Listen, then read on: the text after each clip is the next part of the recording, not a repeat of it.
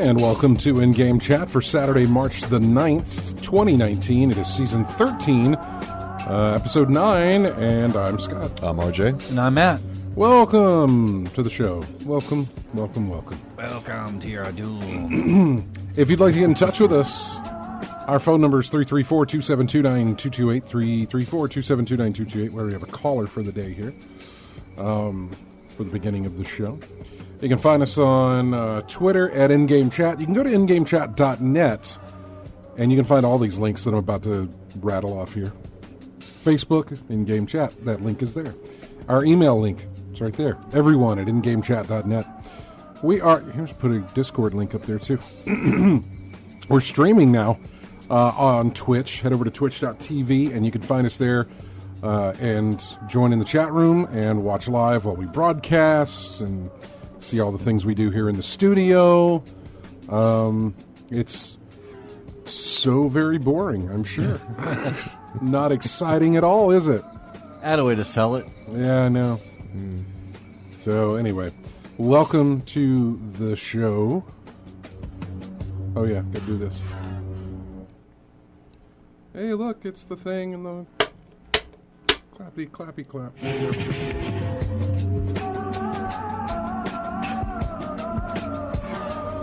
Oh gosh. So got to make a mental note not to eat a big lunch before I do the show, because all it makes me do is sleepy, tired. Got that full belly. All I had was I had 2 hot dogs. That was it. Yeah. That was enough. Yeah. Yeah. 2 hot dogs. 2 hot dogs.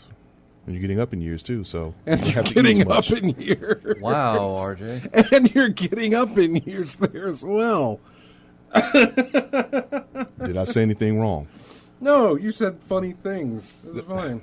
Look, You're getting up in there. look. This comes from experience because I can't eat as much as I used to. Oh. Nowhere near It's as much. 2 actually. hot dogs. It's Yeah. just 2 hot dogs. Okay. Really? Well, you know, I should have done one. What? Two I should have done Nathan's dogs? one. They were Nathan's, yeah. Okay. So the regular 6-inch, not the footlongs. Or whatever, yeah. Yeah. No, God, not a foot long. Okay. Jesus, no. A coney. A coney would have been one. Yeah. That would have been one. Okay. No, just 2. Getting up in there in years, boy. you ain't the young... Spring chicken anymore. ain't the spring chicken you used to be. Hey, I've also got this thing... gosh, I don't know what's going on. I can't... I said this a couple of episodes back, and then the next weekend we didn't have an episode. I can't seem to get my throat clear. I just keep trying to clear my throat, and I can't clear my throat. I don't know what's going on there. Luckily, I don't have to worry about it too much, because we have a phone call already. It is Sarah's calling in. Hey, Sarah. Hello. Hey, Sarah. Hey now. Yeah, Matt decided to show up. He was not going to, but then he came. So, yeah. What has been going on? What's been going on with you, Sarah? Oh, I've been super busy, but I have managed to make a little time to play Anthem. Whew. All right. On an Xbox or a PS4? On the Xbox. Right. Did you are you subscribed to the EA thing so that you can play it and not actually buy it? No, I went ahead and bought it. I am a BioWare fangirl, so I threw sorry. them my money again. Yeah. Is that going to stop anytime soon? Not so far. Okay. I just haven't heard really anything good on this game. So I think it definitely suffers due to the fact that I am also still playing Destiny, but it's not bad. It has some flaws. I hope they'll work that out. If they don't, I might change my mind down the road. Right, yeah. But it's pretty. The characters that you get to interact with around the city are engaging in that way that BioWare is good at. I haven't gotten very far through the story missions, but I have fun tootling around pretending I'm Iron Man. Mm-hmm. Yeah, I guess there's that. So.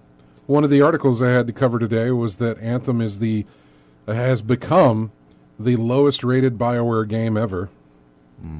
I would probably put Andromeda below it as of right now. Really? Yeah, well, Mass Effect. I got so bored on the ice planet in Andromeda that I stopped playing the game because I just didn't want to do a single quest more on that planet. Yeah, the previous held spot of the lowest rated BioWare game was Mass Effect Andromeda. Yeah, So, I mean, they closed a studio over it. So. Yeah. Yeah. So, goodness. Yeah. I hate this. It's not. I don't look forward to this. You know, I don't want Anthem to fail. I wanted it to be great. I want anything that comes out. I want it to be the best it can be. I really want it to succeed. Yeah. Why not draw me away from other games? Why not have plenty of options to pick from instead of the same thing all the time? You know, why not have that? Which is why I'm excited for Division to be released, because it's like, oh, good, something else on my plate. Not that I don't have other things on my plate, I do, but there was this hope for Anthem to be something, to be the Destiny that we wanted it to be. Basically, honestly, coming from Destiny players, we wanted it to be the Destiny that we wanted Destiny to be. So we thought they would fix that, but. Yeah, and I haven't been reading the press on Anthem because I like to make up my own mind. That's good. Go right ahead. I haven't. I have been reading the press on Anthem because I don't intend to play the game. Yeah. But I do think there are lessons that they should have learned from Destiny that they don't appear to have. Yeah. Which is a little puzzling because it's not like Destiny came out last week. Right. Mm-hmm. And I'm honestly surprised there isn't a little bit more talk about how very similar some of the things are. Like, the set looks like the tower. Right. Complete with that sort of, like, post-apocalyptic Middle Eastern influence. Uh-huh. Which, like, that feels like it can't be an accident. Is it it's like not just another space station. It's an homage. I was about to say, you said the Middle Eastern accent to it. Is it something like the bazaar in the tower where the shopkeepers are sitting out there peddling their wares? Like, really similar. Wow.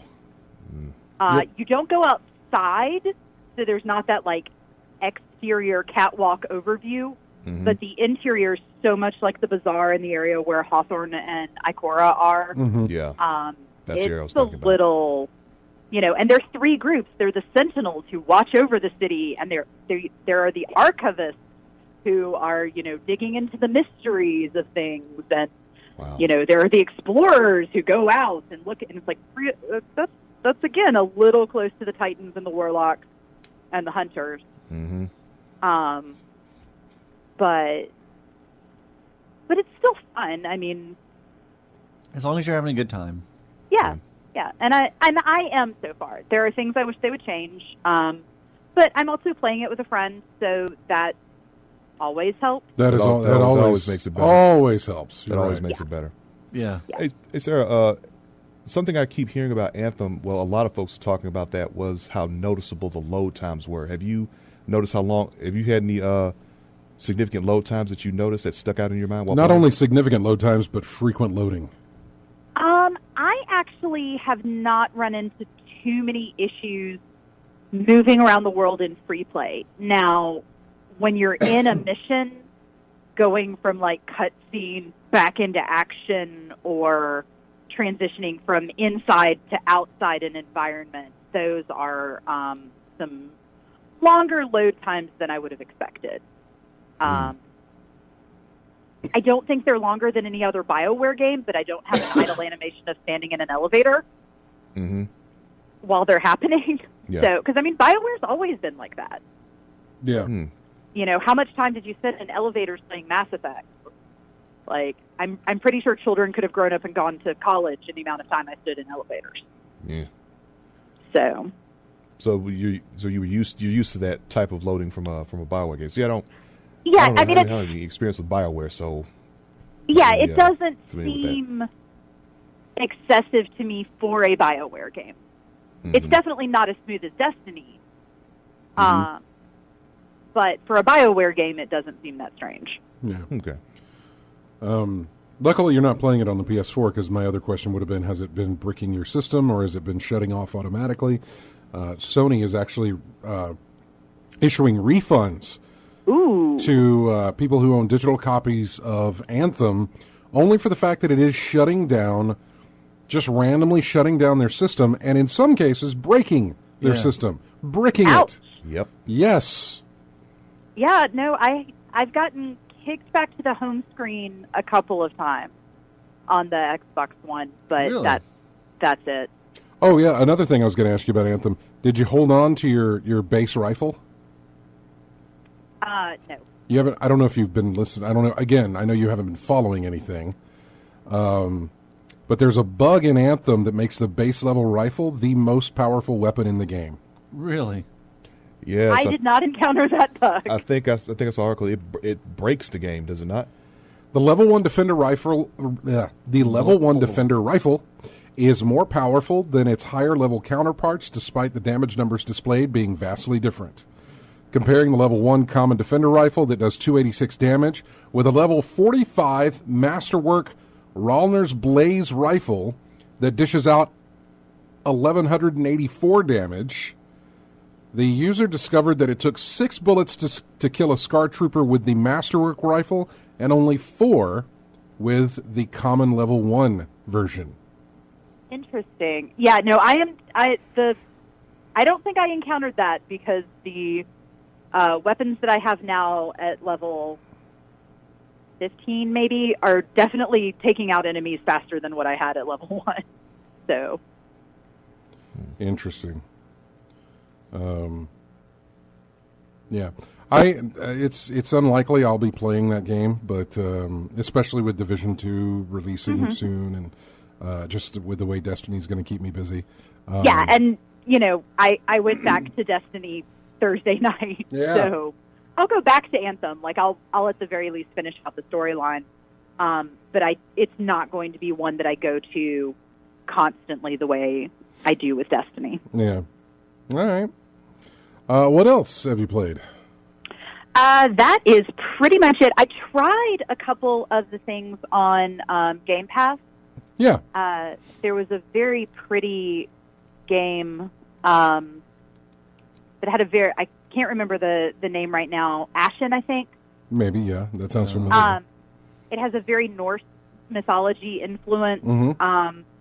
but it was supposed to have seamless co-op. So you were never supposed to be able to tell when your friend had dropped into your game versus when a bot was piloting it. I don't know why they would do this, but it was supposed to be this, great, easy thing, but it was terrible.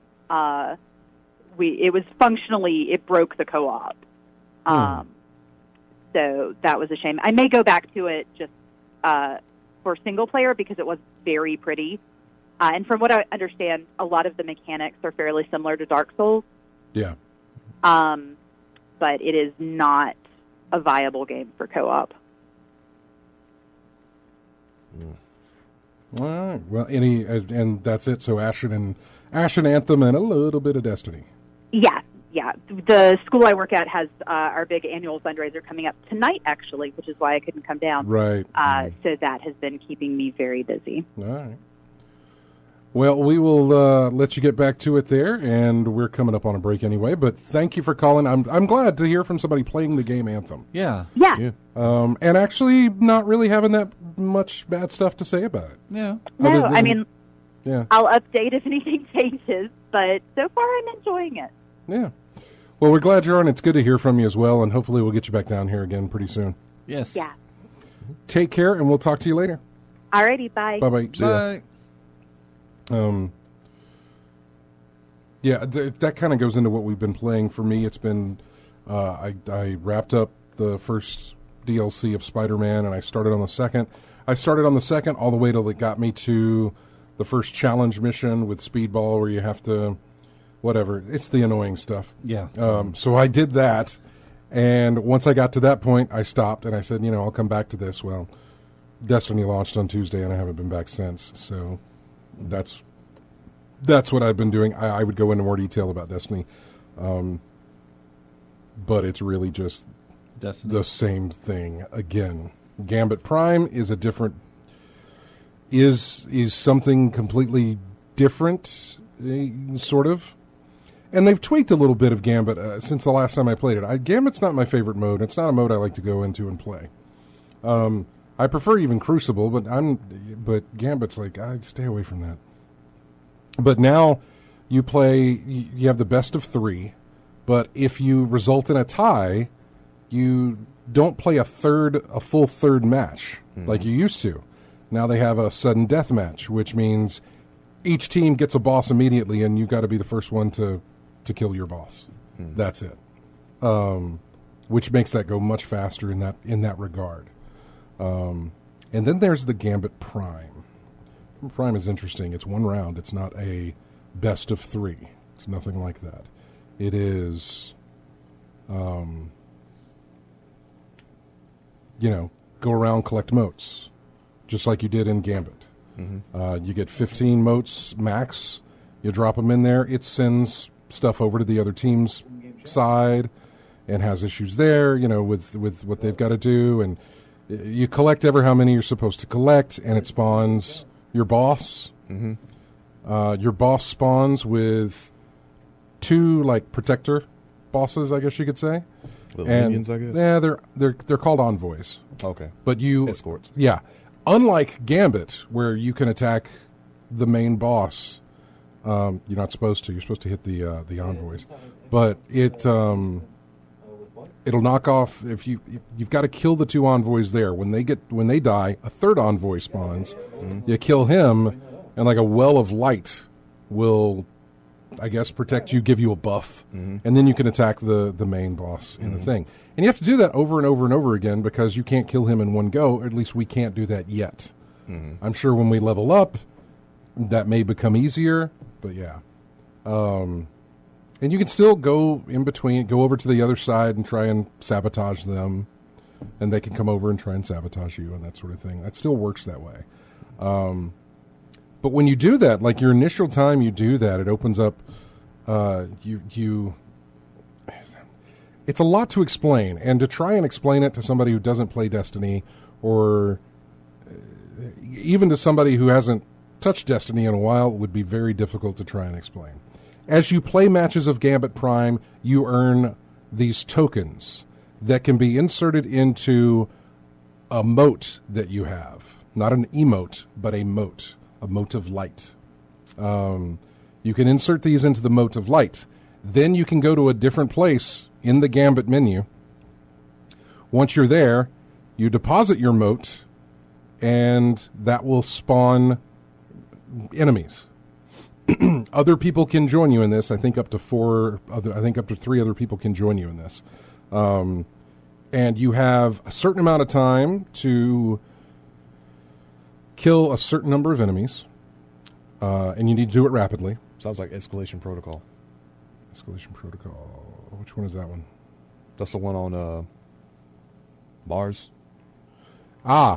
Yeah, in a sense, you've got a good. Yeah, that's a good way to think about it. Yeah, it's a good way to think about it. So once you kill these certain number of enemies, it spawns a boss again, and then you got to kill the boss before the time runs out. If you do, the person who dropped their emote in there, they're going to get a special piece of armor. Everybody else will get something, but they'll get a special piece of armor. And you can only drop 1 mote per thing, so it's not like everybody can put their motes in and go. It's like if somebody's already done it, you can't do yours. Yeah.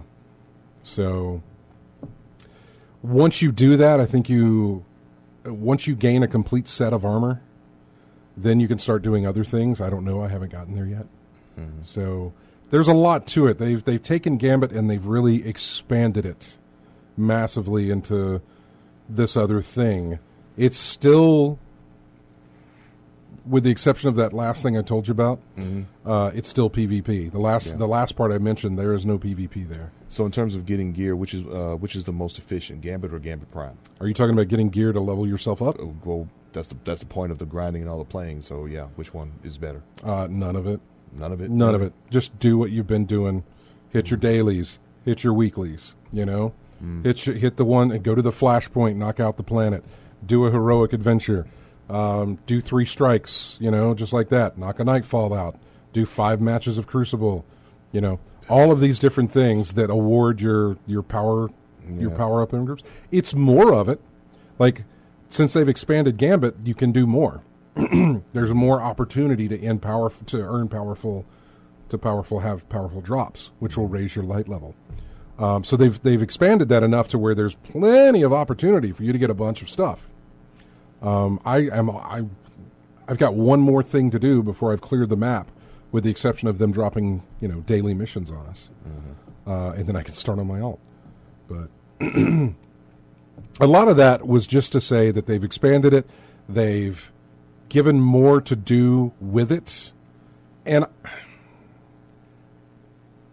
I think they're trying to tell a story with this. There has been some lore that is dropping. Now, Random is explaining it better in text than I am in voice, but everyone can put a mode. I did not know that. Oh, there's a special slot to put the mode in. We just missed it. Ah, okay. So I was wrong on that, see? Yeah. He's been playing more than I have because I've been here since 1 o'clock this afternoon. So he and I played a little bit this morning, knocked out a few things. But they're trying to tell a story with mainly the character of the Drifter, not necessarily Gambit, but the Drifter. They're trying to tell a story there. And there is rumor that eventually, within this season of the Drifter, as they've called it, there is a rumor where we are going to have to pick a side, possibly a story mission where we do choose a side, if we're on the Drifter side or if we're on the Vanguard side.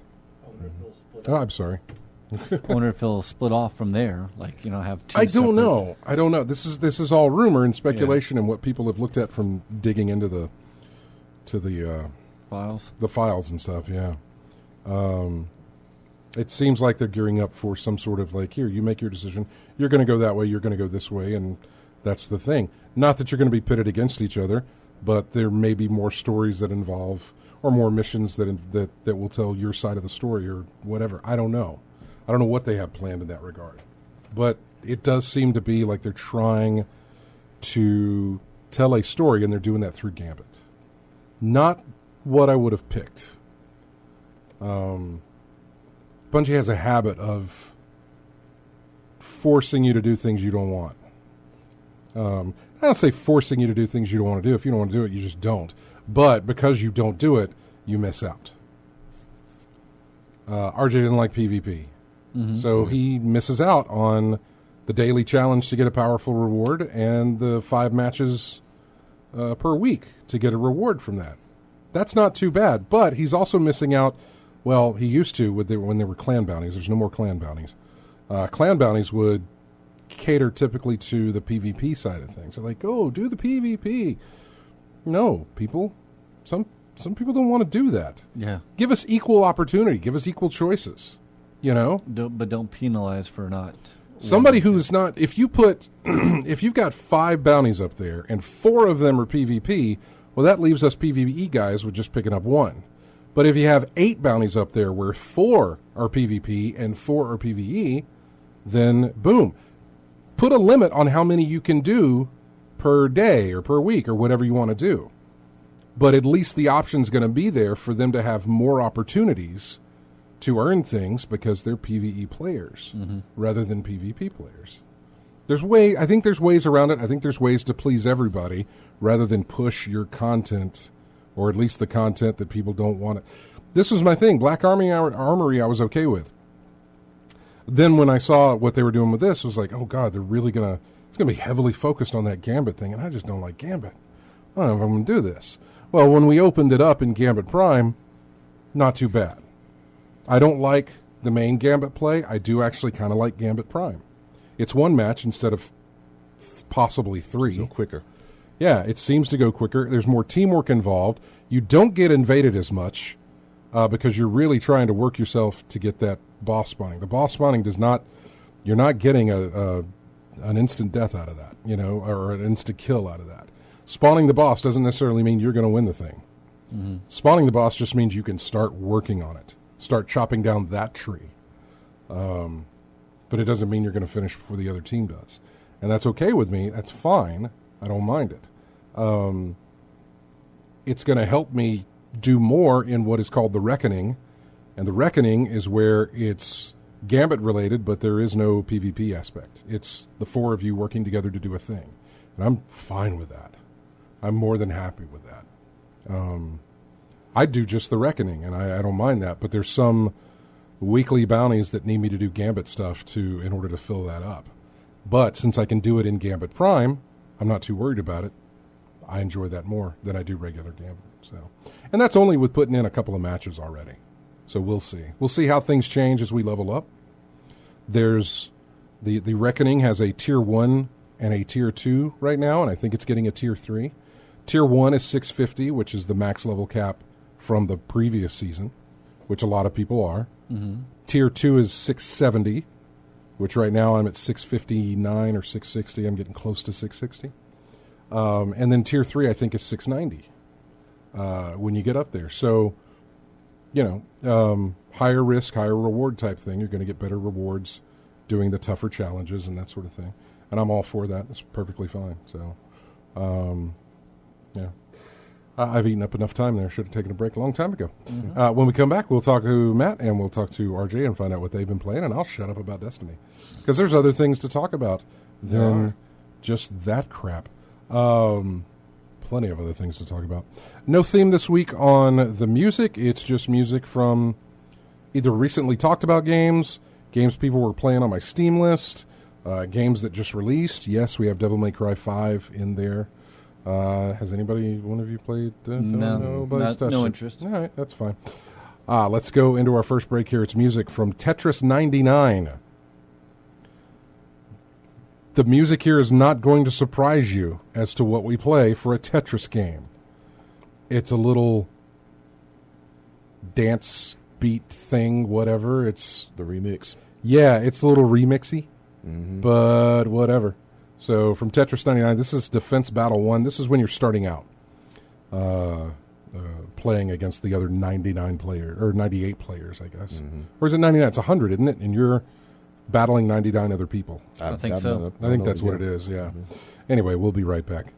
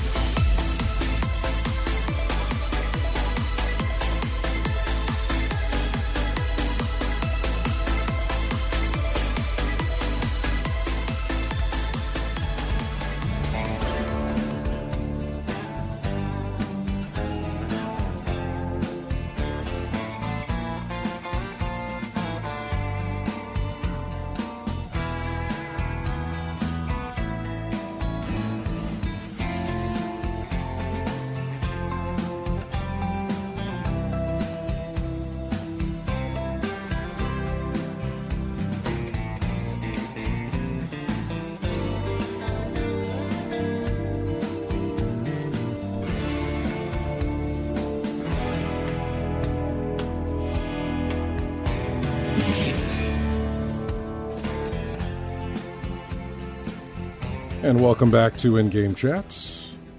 I'm Scott along with RJ and Matt, who wasn't supposed to be here, but was able to make it. So things always changed. good. So, yeah, always good. My That thing- is- my thing got rescheduled. Yeah, Yeah. well, so we are going to miss you at some point this month. Yeah, the 23rd. Yeah. The music you hear that is the opening music for Thimbleweed Park. Yeah. Which I picked up on. Yeah, the free on the Yeah, there was the last Epic day Store. was Thursday or Friday, and I picked it up. I can't remember what day it was. It was the last day, but I Yeah. picked it up. I can't remember what's going to be free. I think I saw something, but I don't remember what it it looked was. bubbly. I think it's a puzzle game. What's this on Epic Yeah, Games? Epic Store. Yeah, it looked like some kind of bubbly puzzle game, and I was like, no, I'm good. Bubbly puzzle game, huh? Yeah. Just to, we had a caller during that whole Destiny spiel I was doing. And they were on the road, so they couldn't talk, but they wanted to know if we knew anything about the Halo Master Chief Collection getting a PC release. The only thing we do know about that is that Microsoft has promised what they call exciting news related to Halo the Master Chief Collection, and they're going to reveal it in its Inside Xbox show this coming week. It's something that Microsoft hosts every month. It airs on Tuesday, so we'll find out something then. Will they release something on Tuesday? Doubtful. Will they say they have exciting news and then have this Inside Xbox and say you're going to hear something about Halo at E3 and that be the exciting news? Maybe. Very possible. But there is no guarantee that the PC port will be announced then. But a lot of things have made it seem like the game is on its way, regardless of if they announce it there or at E3. And if everyone looks under their chair. Right. Somebody has claimed that the game is definitely in development, that its release is fairly imminent, and it could be revealed at E3 2019. So far, it seems Microsoft and Ubisoft are the only ones holding a press conference for E3, since EA is now backed out, Yeah. and since Sony has already backed out. Nintendo does their little videos. They're not going to be there, but that's fine. And that brings me to another point that... Do we need E3? Well, no, I'm not going to get on that horse again. Inside Xbox usually isn't used for like major announcement type stuff, right? I don't think it is. Yeah, it's never usually it's used for more in-depth looks at things, whereas the big announcements usually come at E3. However, seeing the shift with Nintendo doing videos to announce products and make announcements that throughout the year, maybe Microsoft decides to test those waters. I don't know. I hope that it's true. I wouldn't mind, I never picked up the Master Chief Edition because I don't have a Xbox One, so I'd pick it up. Yeah, we'll see. Yeah, I would definitely get that. I own Halo 1 on PC, Oh wow! and that was worked on by the guys at Gearbox, I believe. Yeah, and I had that was different than the Xbox release because it had a flamethrower. Mm-hmm. Did. And then Halo 2 is on the PC as well. Is it? I may have Back picked, in the day. I may have picked that up. I don't remember picking that up. Halo actually. 2 was on the PC back in the day. I think I had Halo 3 when I picked up a 360, Mm-hmm. and I never installed it, played it, or anything like that. But Yeah. it's in my library. So I just wanted to get that out there while since that caller had called in earlier. Let's jump over to Matt. What have you been playing? So this morning, new elusive target That's right. is out right now. It's set in the first training mission for Hitman 2. That little, the bay, Mm-hmm. and you have your target actually has a body double, so you have to try and figure out which one's the real target because they only want one target, your target to die, not One anyone. person, yeah. Yeah. So what are the clues he gives you that You have that to sort of let you know? study around and try and figure out, listen to conversations, pick up some stuff to read, and finally figure out who's whom, Mhm. and then take them out. I was able to do the elusive target, and I got a silent assassin rating on it. So that's so far all the elusive targets that have been out in this season. I've passed with silent assassin. Mhm. So I don't think the game's getting easier. Maybe I'm just getting more of my Hitman groove, so to speak. So I did that. Played a little bit more of like the first season levels in Hitman 2, since they brought those over, and I could redo those and get rewards from those. So I was doing that a little bit. Played some Modern Warfare 4. Okay. Just like, all right, just wanted. It was free on the PlayStation Plus. Yeah. And just all right, curious how it plays. So that was the last Call of Duty I enjoyed that I remember. So that was cool. And that I helped Kevin with Far Cry 5 a little bit. We took out Faith, and then I've been I loaded up and played Detroit. Hey! I'm playing that right now. I got it started. Out of the three of us, Matt's the first one to jump into it. So good job, man. Interesting game. Okay. Well, all right, game, huh? Interesting experience.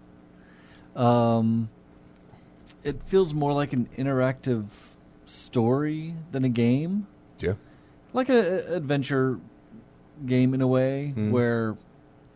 And that was the thing about it. It was that's all the thing about choices. Like, yeah, really. Dave, That's really what it is. like about quadratic dreams and stuff like that. Like, as far as like game wise, it feels more like a story where like a choose your own adventure.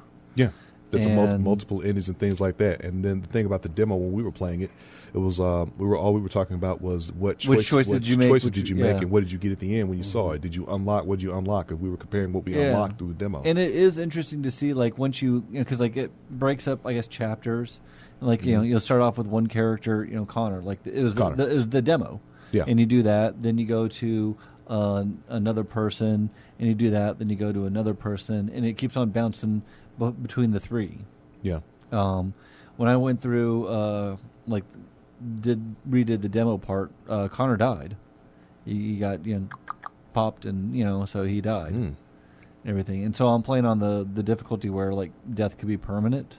But apparently Connor's one that comes back. They just do a new model because I just finished another section with Connor. I guess 0.2. Connor 2.0, yeah. Yeah, 2.0. And as much as like the controls are kind of stiff, it's not the most fluid like for turning and moving around your environment. It's still I find myself intrigued by the story. And so I keep on like, as much as I'm like, I don't know about gameplay, how much of it's actual game. It's sort of getting that adventure feel in hooks in me, to where I'm like, all right, the story is interesting. I'm curious where the story's going to go. To where I'll be like, oh, I just finished this section with this person. Now it's this other android. What's their story in this section going to tell me? Yeah. And it's not the most. So I think it's building up so far. Because I'm seeing like the graphics are really nice, and you could tell actors in it. Like Lance Henriksen's in it, and like as soon as I saw him, like, oh, that is it's modeled like Lance Henriksen. It's there he is, and there's Clancy Brown, and you can see him in it. And well, they've done that before. Yeah. But it's just neat to like see that. Yeah. I wasn't expecting to see like those faces in it. Yeah. And one of the robots he was in, one of the androids was in. Marcus, he was in Cabin in the Woods, so I remember him from that. But so like there's the section with Lance Henriksen who plays a disabled elderly painter, and Marcus is his android assistant. It was kind of the whole part was not the most exciting, because you're just like helping him up and you're tidying up and you're serving breakfast, and then like you watch him paint and stuff, and then like.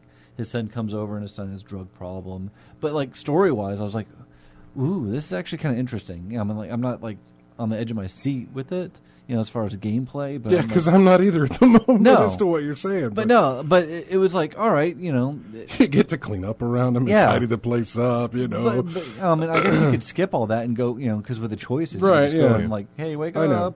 But it was just interesting the way it's like slowly building up the story. And now, like, I just did a murder mystery where, like, some guy got killed, and so Connor 2.0 was in there with Clancy Brown, and, like, all right, let's recreate what happened, kind of like the first. Yeah, that was the first one. Because I guess Connor's like the police detective android that helps out with that. Yeah. But I find myself keep on getting drawn back into it. Like when I'm not playing it, I'm like, I wonder what's going to happen next, or I wonder like what kind of choices that I made could have been different. Because like after it shows you the flowchart, like this past one, the section with a girl and like one of the robots and stuff, like I skipped. There's like so much of it I did not do. Like the vast, I would say maybe 2/3 of that story I did not. It was blocked off. You didn't see. I didn't see. Because I just straight up, went in and did what I, did some action stuff. So it's very interesting. It's, let's see, SCM Fuller says it's pretty fun, bit ham-fisted, but it was good. Yeah, it's interesting. It's got me intrigued. It's sort of a different pace from Assassin's Creed, which sometimes even with that one I'm just like skipping through the story just because it's more the action, it's more the doing. This one, I'm like, all right, it's like an interactive movie. I keep thinking about the Telltale Games format of gameplay, and I keep thinking about that when you're describing Detroit. Kind of, yeah. I mean, it's not really focused on gameplay. It's like your QTE and reaction time and making choices left and right. Quadratic Dreams they're big on that. Yeah, so and so like like in the demo, you go up to something, you have to like rotate the controller this way just to pick something up, or it feels more like the controls are. The action, the maneuvers that you do with the controls feel like what your body was doing. So if you're like turning opening up a door, you have to sort of like push up and rotate the controller, kind of like you're turning and pushing it. It's interesting. So it feels like an adventure game. Yeah, and I like adventure games. So I'm going to continue with that one for a minute. Okay, so all right. That's what I've been doing. RJ, we have about 8 minutes before the top of the hour. You want to hold off till the next segment? No, it ain't gonna be long. I mean, I can go over plenty of other stuff here. No, it ain't gonna be long. All right, fine. Okay. What'd you play? Played DOA 6. I did the story mode for that. Dead or Alive 6. Played the story mode for that, and it was a very disjointed, non-sequential mess. Having to go through that. I mean, hopping from character to character, left, right, no real order, no sequence or anything like that. It was just a real mess to go through, but.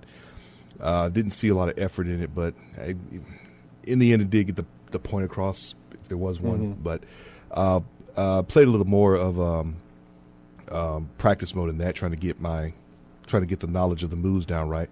There's still a little issue with no lobbies in the game as well, so you can't make a lobby and invite your friends and start practicing character against character and learn some matchups. You can't do that yet. Hopefully, it's something that'll be fixed later on, but. As of right now, as far as I know, it's not hadn't been fixed yet. Played a little bit of Street Fighter V. Had a bad night at ranked. Started losing points left and right. I need to practice more. Play some more casual matches. Learn some matchups in that thing as well. Got a little nostalgic. Started playing Zombie Revenge on my Dreamcast. Oh wow! Yeah, I was having a good time playing that. Have sometimes, like I said, having a bad day at Street Fighter, just go play something else if it's not going well for you. Play a little bit of Fallout 4. Haven't done that in a while. Had to relearn how to figure out which button does what. So it's been because it's been a minute. Building settlements and building things up of that nature, getting all that taken care of. And outside of that, a little bit more. Oh yeah, and a little bit more Dark Souls 3 as well. Building up my alt characters in that as well. That's pretty much all I've done this week. Wow, you did do a speed run through that. Nice. I told you it wasn't going to take long. I was going to bring up the fact that just recently I saw this as I was falling asleep last night, I saw it on my Alexa device, and I thought, I got to remember to look that up tomorrow. But I didn't have to because there was reports on it already, is that already, I think, how many of these? Let's see. 1, 2, 3, 4 people have dropped their lawsuit to Fortnite over For their dancing? Yes. Yeah. The original one, 2 Millie, who originally sued them, he's dropped it. The Orange Shirt Kid has dropped it. Backpack Kid has dropped it. Carlton has dropped it. Yeah. So, yeah. So the best you can get for is like what happened with Gabby David. Just get a settlement. Not even that. I don't think they'll get that now. No, I mean that's the best chance they'll ever have, but not Yeah. I think now it just comes down. I think now maybe it'll push them to be like, hey, let's maybe ask permission, or I don't know. This might open it up for them to say, nah, we don't need to ask permission anymore. We won. What are they going to do? Yeah, we don't need to worry about it. But you paid before. That's the point I'm trying to make. You paid before, so they may take pause with that. Yeah. All right. Well, we'll take an early break here, and then when we come back, we'll go over some of the news that we've had throughout the week. We'll be right back. Again, no theme on the music this week. This is from Insanely Twisted Shadow Planet. It's called Dangerous Asteroid. We'll be back in just a bit.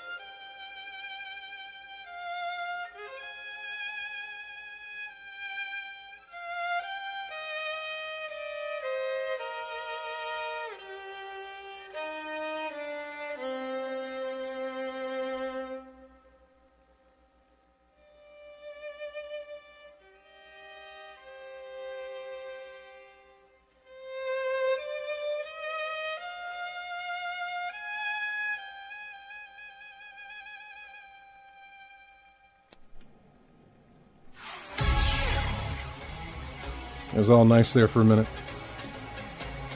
And then it goes into this.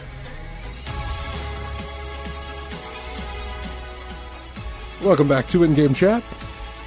I'm Scott along with RJ and Matt. Music here. Devil May Cry 5.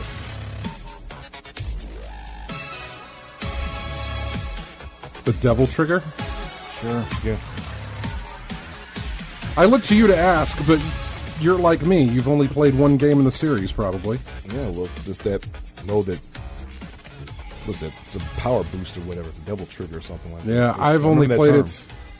I played the DMC version, whatever. The remake. The remake? Yeah. Yeah, which I really liked. Mm-hmm. I want to say I probably rented one of the Devil May Cries way back when. Yeah. Borrowed it or something. PS2? Was it PS2 or was it PS1? I think it's PS2. PS2, I think? Yeah. Because it was supposed to be Onimusha, and then they changed. If I'm not mistaken. I think I got yeah. 4. I got 4 from a PlayStation Plus free games deal, and I put that on the system, but I never played it.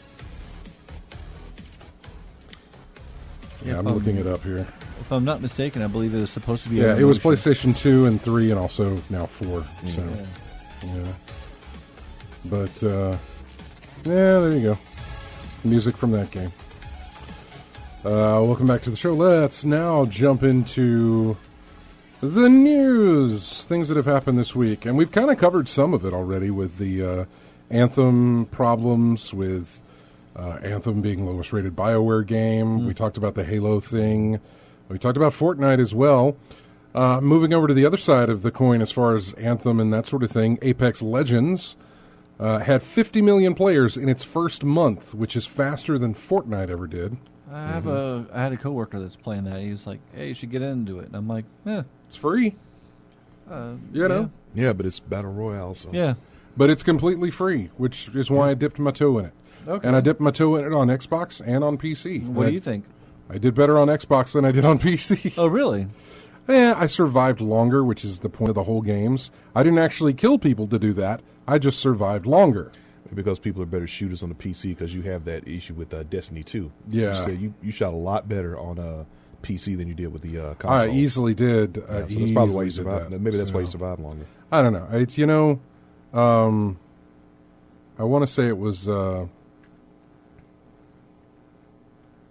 Jason who worked for, well, he used to, he worked on Hawken. We've talked to him before. I think he now works for Blizzard.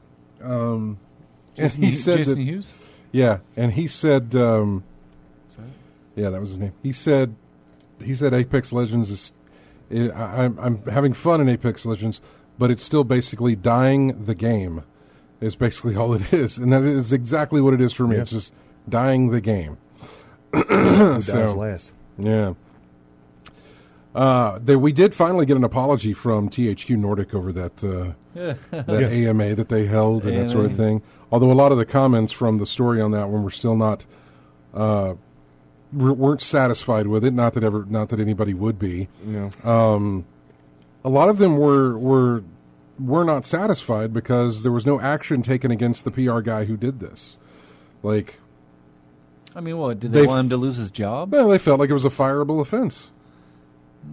As a PR person, I sort of agree with them. I mean, I hate... No publicity is bad publicity? I hate having somebody... No, this is bad publicity. Yeah. You don't want that to be... You don't want to be attached to any of that stuff. No. I don't want somebody to lose their job over this. Maybe a probational period or maybe a Teachable demotion. moment. Right, maybe a demotion to it. Maybe bring somebody else in and he's like, he's on hiatus or whatever. Yeah. I don't know. But it is hard to defend it because you're a PR guy. Mm-hmm.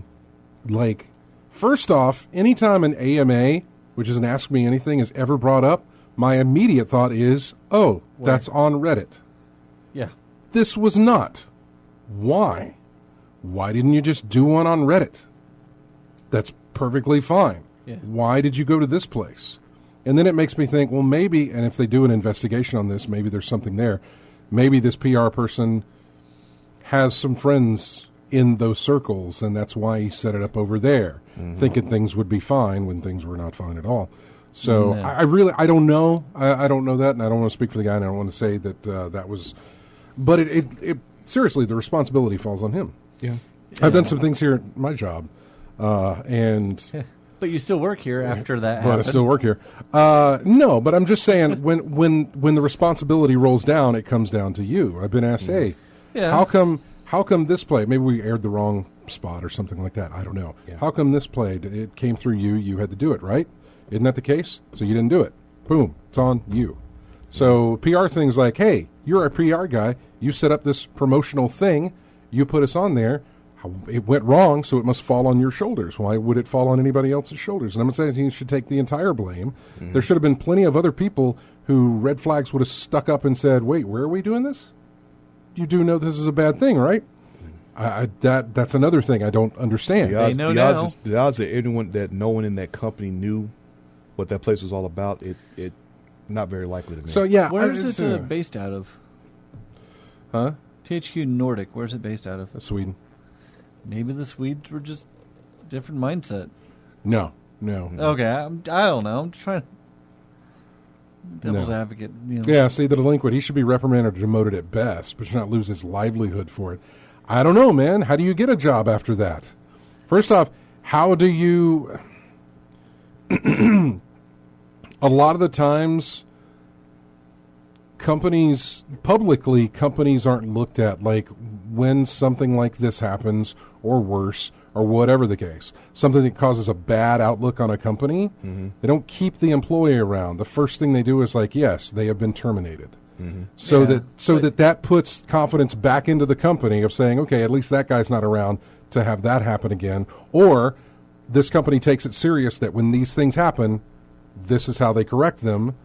And so it puts them in a better light again, at least public opinion-wise, right? Yeah. That's my thought. I'm trying to think of who that would have been more... Oh, yeah. Incident in... up north in the state here, not just the other weekend,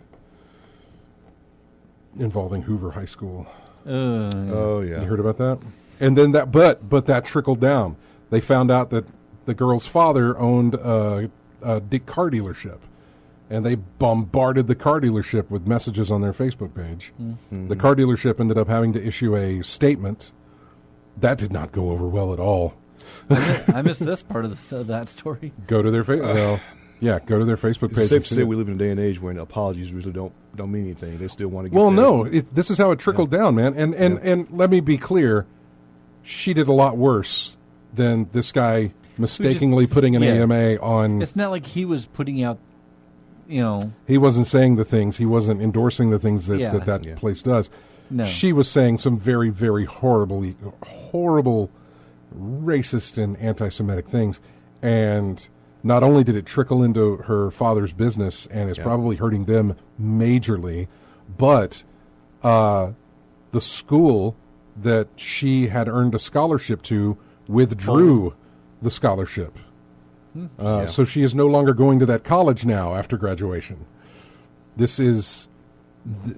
it's a hard thing to relate. But to me, the two are, they're not quite as similar. Here's the thing. Scope. If she was working for a business, not her father's, obviously, because that probably would have been different. But if she was working at a business and they found out, and the public found out, and then bombarded their website or Facebook page or Yelp reviews or anything like that, more than likely she would lose her job. So you got to go, because that's the way you correct the problem. Yeah, we've seen that. We've seen plenty of examples of that. Of people putting I don't know why they put it on social media for the public to see, but they do, and when they do, it gets out there, and it gets out there to the right person sends it to someone else, and someone else, it gets widespread, and there you go. Suddenly you're out of a job. What happens? Yeah. Going back to the chat room there, STM Fuller says, even if you take the content out of that site away, there was no way they would have had a big enough audience to get that kind of attention. True. That's another one. Yeah. I'm like, why does that come into your mind? Yeah. Why does that site come into your mind to do an AMA? I guess maybe the investigation will tell us all these things, or we'll tell them all these things. Were they contacted by that site to do it? This is why it kind of maybe sits with the PR guy of like, oh, I know that site. Yeah, we could do one there. But then how does he? I don't know. I don't know. And he also says further in chat, of all the places you could have picked. Yeah, I mean, why would you pick? Yeah, why would you pick that one? It's delisted by Google. It's not like just random people like, oh, hey, there's a AMA. Let me Google it to figure out where to go. You can't even do that. No, the whole thing was it was botched. But I don't know if the guy should lose his job over it. The Swedes. Yeah, well, at least this person will know not to do that again. Teachable ever moment again. And anybody in this position knows not to do that again. Yeah. Somebody was looking for the article on the local situation, and I'm gonna post that there so they can see it. Yeah. The Linkwood says that I understand that perspective of it, but I'm not a fan of the one strike rule that seems to pop up when it comes to these kinds of incidents. I agree with you there as well. It depends on the strike. Well, I think it's all proportionality. It is. I mean, there's still it's all within context of what the situation was. I totally understand that. And also how bad the your employer looks. I'm not a fan of the one strike rule either. If I was if the one strike rule applied, I don't know how many of the people who work in this radio station would still work here. If you had a one-strike rule. Yeah. And not necessarily on something as bad as what we're talking about with Hoover High School or what we're talking about with the PR thing at THQ. Nothing on that level. It all depends on proportionality and what it is. Yeah, exactly. It all sits there. So anyway. So there was the THQ thing. What else did we get? Nintendo out of nowhere announced a VR kit for the Labo, the cardboard stuff. Yeah. It comes out in April, I think April the 12th. Yeah. It only works with the Labo thing. It's not like you're going to be able to play Nintendo Switch games in VR. You're only going to get to play with whatever game comes with this kit. Yeah. And so it looks very viewfinder-esque with it. It comes in 1, 2, 3, 4, 5. There's 6 different versions of it, of the way that the cardboard, and you can do all these different things with it. So I'm not exactly sure how it's going to work. I'm not exactly sure how it's going to look. I don't know, but they're labeling it VR, so we'll see. Yeah. April the 12th when that comes out. Got a price on that? I do. There's 2 versions. There is the VR kit, the full set, which includes the software, goggles, and 5 cardboard designs. That is $80. The smaller kit is $40, and it comes with the goggles and one of the designs, just one, and I guess the software as well. But you can buy the additional designs later or elsewhere. Yeah. So, I don't know if I can equate 80 and 40 to VR. I don't even know what kind of VR this is, man. Because I think of VR, I think of like a PlayStation VR and the Oculus and things, and $80 and $40 don't fit with those at all. Not even close. So you're missing a zero. Yeah.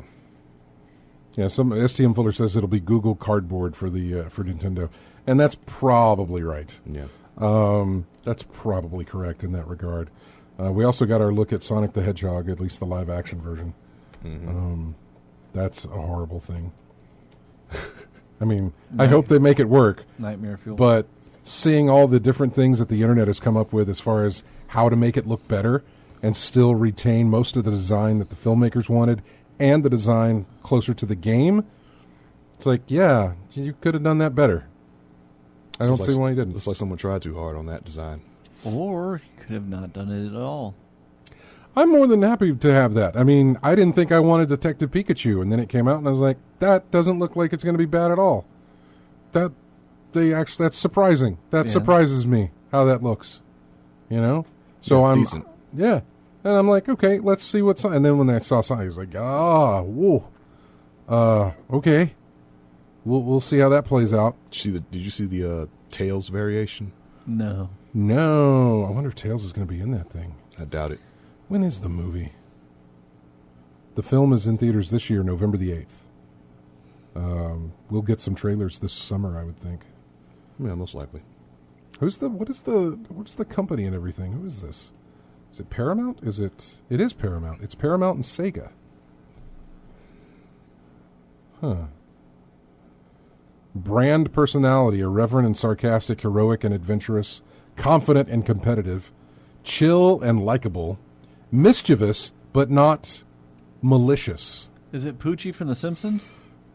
No. He died on his way back to his home planet. It can't be Poochie.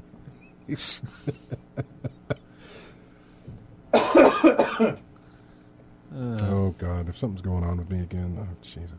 I just got over this stuff. Microsoft announced their diskless... Yeah, that's tough. You almost had a Steve Levy moment. We talked about it on the show. I can't remember what it was I said.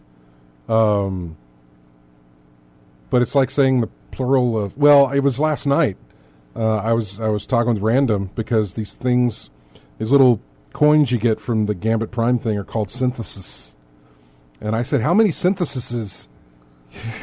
Synthesize? Is it syntheses? Synthesis can you have? But they're coins, right? Yeah, they're little. They're little things. Just call them coins. Oh no, I'm not calling them that anymore. Okay. I'm calling them buffs or something completely different. I'm not calling them synthesis. There is the thing you put them in is also called a synthesizer, and so Put them in the slot. yeah. Just gonna RJ simplifies it all. in the slot. We're just gonna put the coin in the slot. Put the coins That's in the all. slot. There you go. But no, like Select your track and you got music. when you have ghost and you have to say plural, it's ghosts. I can't remember what the word was. It was something in my little random fact segment. Spectres. But the Microsoft's diskless Xbox One S. Careful. God. Microsoft's diskless Xbox One And S. he keeps coming back to it. Because you do it enough, you'll get it right. Or it won't. Or the potential we of dump messing it. up, Or messing it up badly. won't sound any. Yeah, it won't sound good at We're all. about this close to an FCC violation. They reportedly call it's reportedly called the All Digital Edition, and it'll be out in May. Both projects, at the time of its initial report, he claimed that Microsoft was aiming to release its diskless Xbox One S at a sub $200 price point sometime this spring. And so, yeah, this is probably I'm okay with that. No, I mean, this is probably what you'll see on their Inside Xbox on Tuesday. Yeah, I'm okay Like, with that. hey, here's another Xbox. I'm okay with getting away from physical media like that. There was, Because, right, I mean, as it is now with my PS4, sometimes it's like, all right, hey, I want to play this other game, but that means I got to get up, change the discs out, instead of just, like, the stuff that's on my hard drive that I downloaded. I want to say about 40, maybe 45% of the games I got on my PS4 are on the hard drive. Yeah. Yeah. Everything else is on a disc because I preferred a disc Okay. as opposed to having it all on the hard drive. it's interesting, though. Does that mean then that this, because that really kind of takes out that removes, like, the Blu-ray player in it, you know? It does. You know, it becomes, so it's not a Blu-ray player anymore. Then again, I have bought plenty of, I don't know what they're called now, Roku boxes that have the apps on them, or Apple TV, stuff like that. Yeah. Yeah. These are, there's no disc or anything for Netflix those. is on everything. Yeah, they have, the apps are just there for you to get into, which, I mean, you can do the same with the Xbox One S, I guess, as well. Although when your internet's out, it's good to have physical media and the drive so that you can... Yeah. Yeah. I was out the other day. I came home, and apparently my internet had been down for like 6 hours. I just reset the router, and everything was fine. Yeah. But while I was thinking about that, because I wanted to jump into Destiny, I thought, well, I guess I'll go play Spider-Man, because I have that on disc. I can go play that. And I was thinking about all the things. I said, I guess I could go finish watching that. I was like, nope, I can't do that. It's on Netflix. I have no internet. I can watch one of my movies. Wait, they're all digital, except I do have the physical copies, so I could go and plug one of those in. Yeah. Kind of think about those things. You're rarely without You don't internet. think about it until you actually need it. Yeah. Yeah. I don't know. I'm good either way. I'm more lenient towards having the option. Like, I don't necessarily want a diskless system. But I'm glad that it's out there for people who do. Yeah. Yeah. Because I remember when this was the talk of the original Xbox One when they were going to release it. Yeah, it'd be like that home, whatever. Not just the home thing, but they were going to, like, go completely digital with their games because they didn't want to do resale. Remember, they didn't want the return market. Yeah. And that's why Sony did that stupid video of, like, here's how you can play games with your friends, or here's how you can share games, and it's just them handing one game to the other person, because Microsoft was seemingly moving into that direction, which they completely changed. I see the question in the chat about does it work with a USB disk loader? USB disk loader. I don't know. We don't know. We really don't know anything about the console yet. STM Fuller. Hey, if you want to play online, we have that for you. It's called the Xbox. Yeah, I remember that. Yeah, or if you want to play discs, it's the Xbox 360. We have a solution for everything. A horrible thing. I'm so glad he doesn't work for that company anymore. He was a horrible face of that company. Dan Matrick. I know you don't remember. If you saw his face, you'd know what I'm talking about. Peter Moore was great when he was like coming out to every Microsoft thing, but like, I'm going to talk about this, and then he moved to EA, and that's fine. And then Dan Matrick took over and was like, ew, this isn't working. He's not very good speaking publicly. Get somebody else. And now they have that other guy that I can't remember his name. The only other guy I thought about with Microsoft was that dude who talked about folks with the online, who had the issue with it always being online. Yeah, and he was just basically just went on Twitter to say tough. Oh, that was Adam Orr.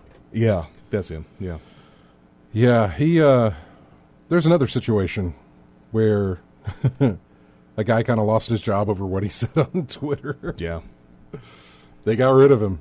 Yeah. Oh yeah, that guy. Yeah, you remember that, right? Yeah. I still like the advice of Herm Edwards when it comes to Twitter. Don't hit send. Depends. Yeah. Delete your account. I do Twitter all the time, but I use it mainly for the show. Mm-hmm. Say, hey, we're not going to be on this week. Here's links to the show. Yeah. We got this book in. It's kind of great. We're going to be talking to these guests. Yeah, you use common sense when you get on there. No, I'm never going to do nothing like that. Who's on the phone? Chris. Is it Chris? Hey, we'll take Chris. We won't let him wait through the thing. We'll take him real quick. Mm-hmm. Hey, Chris. What's going on? Not much. What's going on with you, man? Well, just beat the first Metro game, about to start the second one, and eventually get the third one down the road. Okay. All right. How many hours you put in that first one? Quite a bit. Mm-hmm. It was a good game. Yeah, I'm enjoying the storyline and everything. It makes you think about some things out there and all. Out of the two, I like the second one better. Huh. Well, I can't wait to get into the second one and see what it's like. But have you started playing the third one, or has anybody? I don't have the third one yet. I'm kind of curious how that's going to play. Yeah, I haven't played that one either. Again, I really haven't. Anything new? No, I'm still either playing Spider-Man DLC or I'm playing Destiny. And right now it's just been a lot of Destiny, and it's probably going to be a lot of Destiny now for a good while. But other than that, the next thing I'll probably put some time into, because it releases on Friday, is Division 2. So that may be where I go next. Yeah. In my case, nothing down the line until Sekiro on the 22nd. Of March? Yeah. Okay. Oh, wow. That's Shadows Die Twice or whatever? Mm-hmm. Yeah. That one. Yeah. And from what I hear, it's going to be a lot more difficult than the Souls and Bloodborne series. A lot more difficult, you said? A lot more difficult from what I'm hearing from folks who've played the demo and things like that. All right. It's like certain, like in Bloodborne, Dark Souls, there's a one button that allows you to roll and dodge, and you can get out of anything with that mechanic.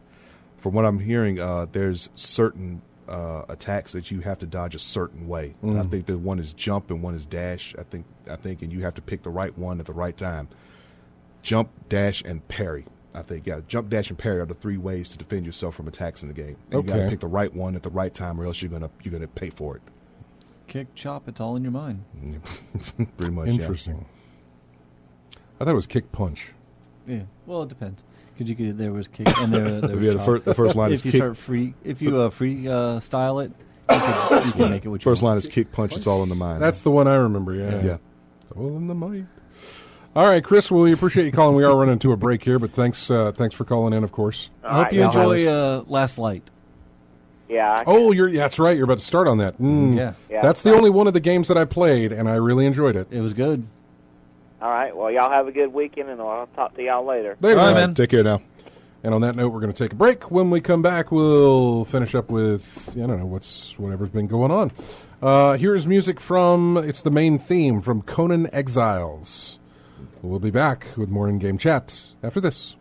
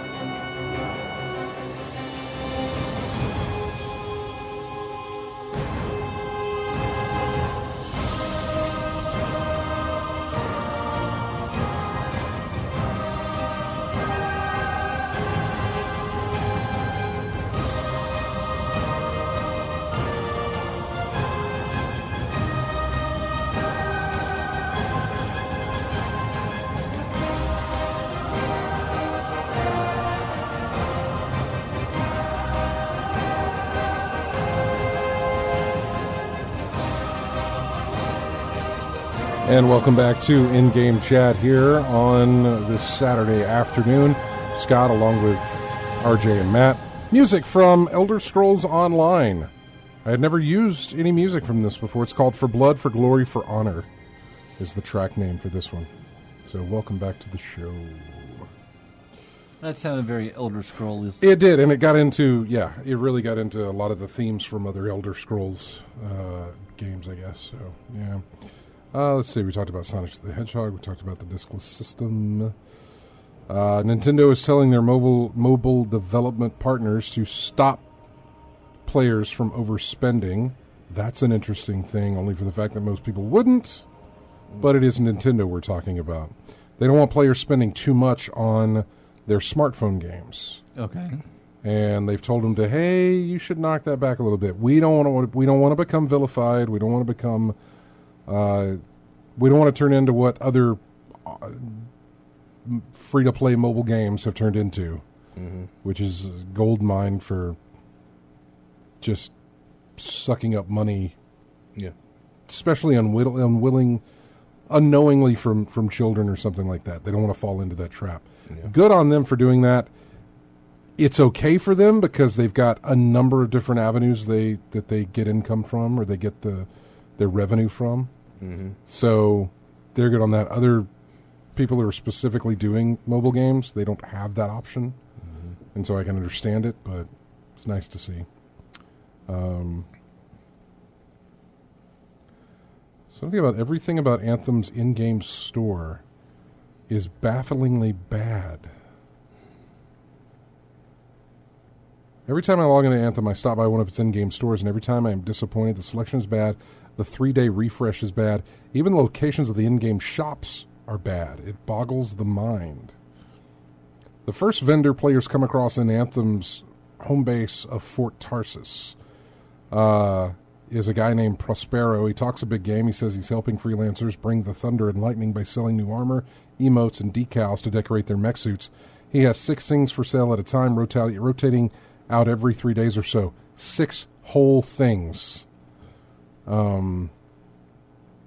Players can spend their hard-earned coin on these items or buy them with shards, Anthem's real money currency.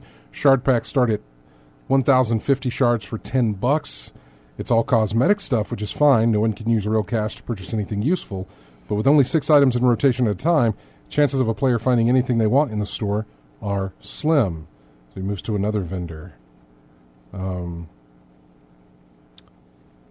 They go over to her, and she runs Anthem's regulator store. Let's see what she has for sale.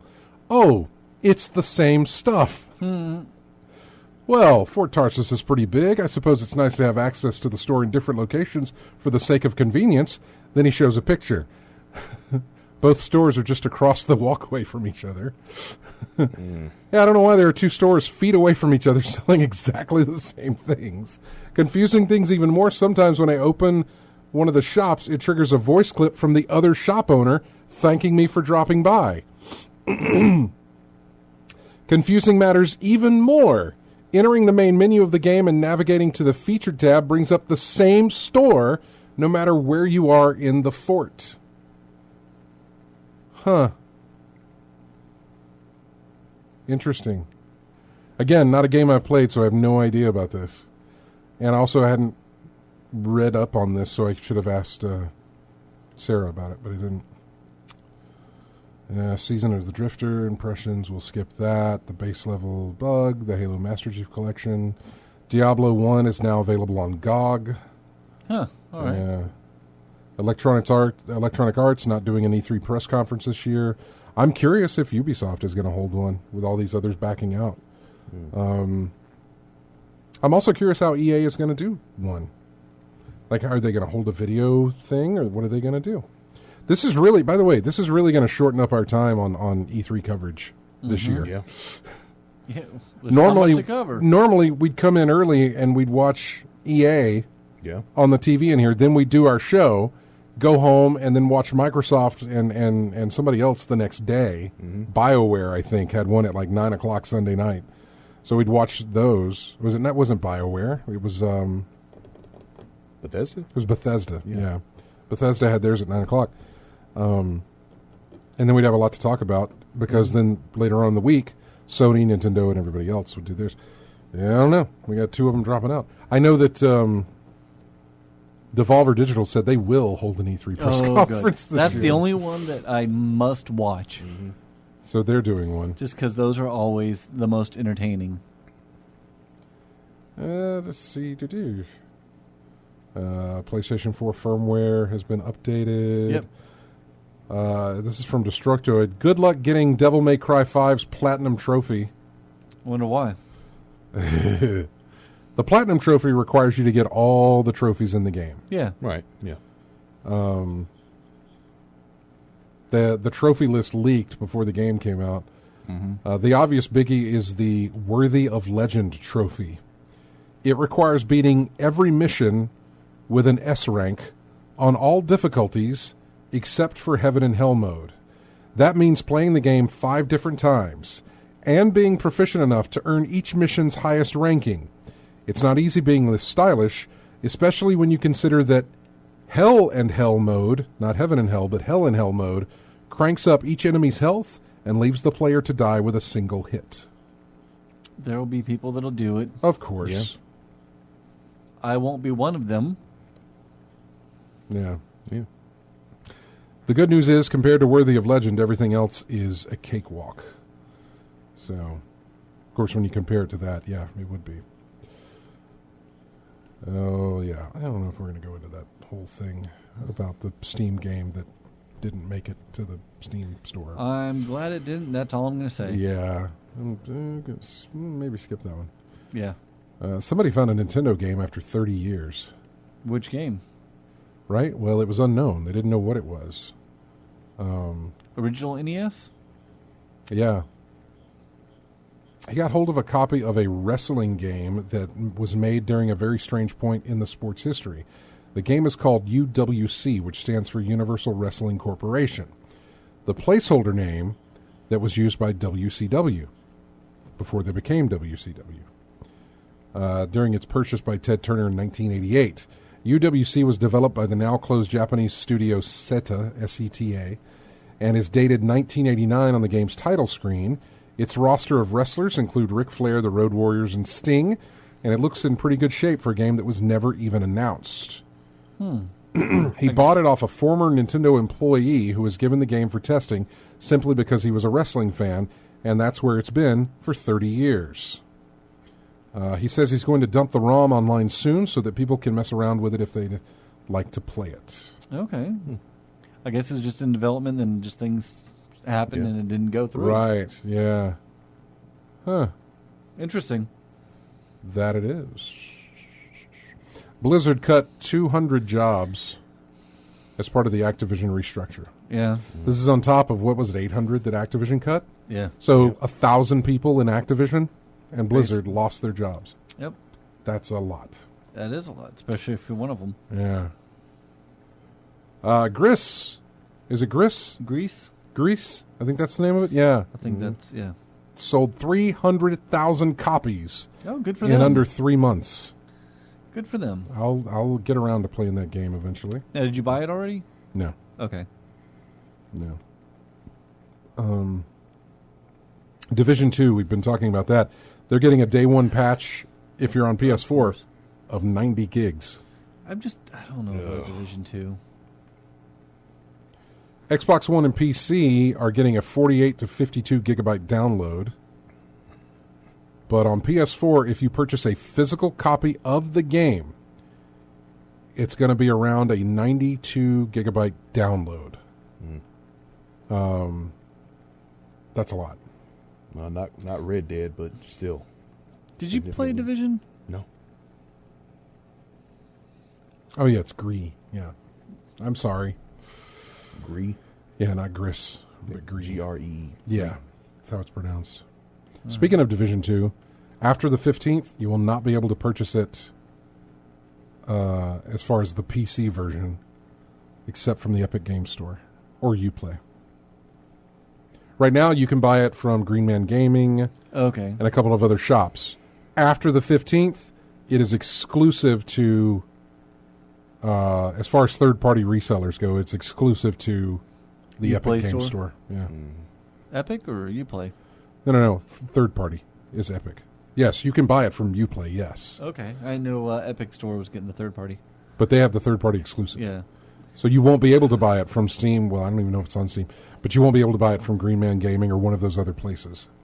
It'll only be sold through Epic Game Store or Uplay. From what I hear, it's more of Division 1, which was fun at times, but I don't like how the bullets are so underpowered. Everybody is just a complete bullet sponge. Mm-hmm. And I don't like that in a game. You know, if you have to unload three entire clips into one person, that's way too many bullets. But if you hit them with a knife, how soon do they go down? I don't know. I never got close to one to do a knife thing. Yeah, that's the thing I noticed in I don't think they have knives in Division 2. I think it's more of just you have melee attack. Or melee or anything like that. Yeah, you can do a melee attack, but I don't know how. Well, that was the point I'm trying to make. A lot of these first-person shooters, military themed first-person shooters, was always like people are bullet sponges, but they get hit with melee one time or a knife one time, they're gone. Mm-hmm. You could take 6 shots to the chest, but you can't take one knife to the foot or something like that. So I was wondering if that's the same thing that applies here in Division. I don't know. I liked what I played. Did you ever get into? Did you play any of them? I didn't play the demo. Or the beta. Or the beta or whatever. No. Because, there was the closed beta that I played, and then I jumped into the open one. Yes. See, last week I started to do it on Sunday, and then we had the weather come through, and I had to get off. I couldn't play anymore. And that weather lasted for a while, and I just didn't jump back into it. So I played it. I enjoyed it, but again, I'm coming from a very not played much of Division 1. Yeah. I played very little of it because you guys have gotten way too far ahead. Yeah. So That's why, out of like between that or Wildlands, I prefer Wildlands because it is more, realistic, and not everybody is a bullet sponge. Mm-hmm. You could one shot people in Wildlands with a good enough weapon. Mm-hmm. Or a headshot. Or a headshot, yeah. If you have a sniper rifle, or if you have a good enough assault rifle, you could 1 to 2 rounds, maybe 3 if they're armor, stuff like that. I like. Mm-hmm. Whereas Division is just like pumping round after round after round into just one particular enemy. Yeah. And I was just like, sounds like Fallout. A little bit more ridiculous, if that makes any more sense. Mm. But Because I've unloaded clips in enemies. Yeah. In Fallout, and they're still standing. They're just, yeah. You're like, headshots included. So I can understand where you're coming from with that. So, and it's a shame because I would like some, I like some of the tech in Division where you got remote bombs, you got some various like health scanners and just various things. Those are interesting. Yeah. What we got? Oh, I didn't know you guys are finished. Yeah. We don't have a lot of time here, but let's go to the phone. What was your name? I'm sorry. Oh, this is John. Hey, John. This is John calling. He was talking about Call of Duty to begin with. Okay. And then and if they had changed something, I said, I haven't played a Call of Duty game in a long enough time to know if anything there has changed. He said, well, I've been playing For Honor, and I was like, oh, For Honor, okay. So what is your situation with For Honor? Oh, well, with the For Honor, it's good. It kind of reminds you of God of War. Okay. But it doesn't have where your camera, zooms in and out for you and shows the distance. You just kind of stay close. Well, your attack modes and everything, they're kind of weird because you got to do it's the L2 and a right analog down or a right, analog right or something like that, when you do your dodge and attack. Right, you have to dodge away from the direction that your attack is coming into.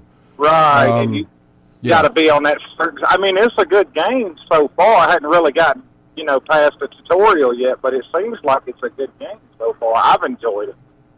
Yeah, we played a little bit of that. I know, RJ, you probably played more than I did. I'll play along with you in that demo. Yeah, and I've seen it. I've even seen it at in casual play at Final Round in fighting game tournaments. Yeah, in casual play. It's actually gotten.